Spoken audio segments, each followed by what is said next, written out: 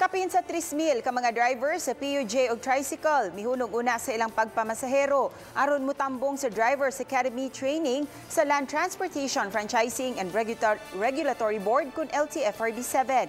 Gawa sa mga barangay vehicles ug mga coasters nga gipadagan sa City Hall, ubang mga drivers padayon hinuon sa ilang pagpamasahero. Si Chelo Valiena sa report.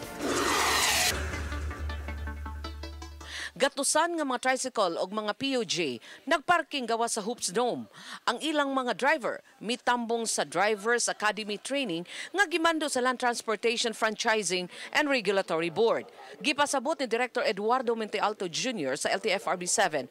Sugod unta karong buwana, pamultahon ang mga PUJ drivers nga mapakyas pagtambong sa Drivers Academy Training.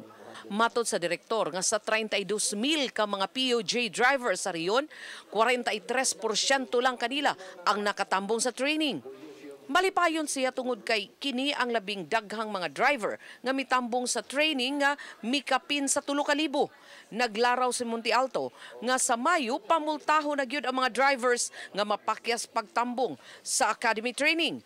Human sa training hatagan ang mga driver og certificate og ID. Except for the ID, no, dunay charge nga 40 pesos kay gikan man na Manila.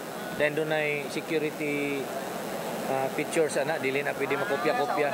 Samtang gipahibaw ni Mayor Paz Radasa nga human sa training karong adlaw, aduna pay laing training sa mga driver nga taga-dakbayan nga wa pa makatambong.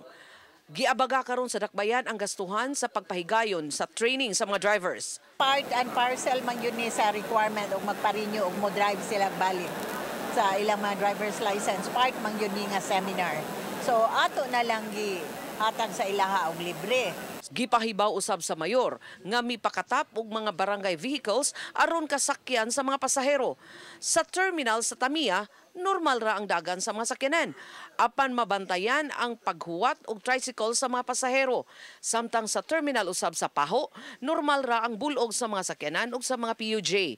Apan nabalaka ang taga-city disaster nga posibleng magdasok ang mga pasahero karong hapon. Pipila hinuon sa mga estudyante nga nag-atang, miingon nga nihit ug dugay silang nakasakay og jeep. Gyapon nato ang mga jeep nato nga modagan. So kung wa nay jeep nga modagan, nya daghan tag pasahero naka-standby, ato na mo pa daganon ang elators. Nihit ay dagan man pero lisod sakay kay dagan man nakay.